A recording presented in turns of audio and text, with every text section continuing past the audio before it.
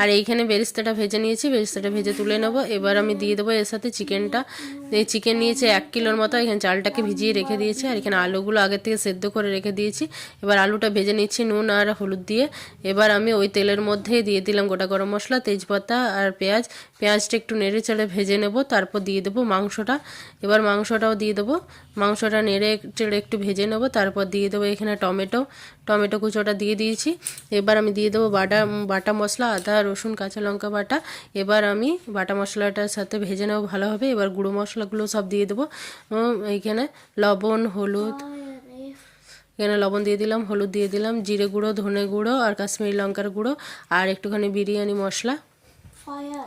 এবার ভালোভাবে কষিয়ে নেবো মশলাটা।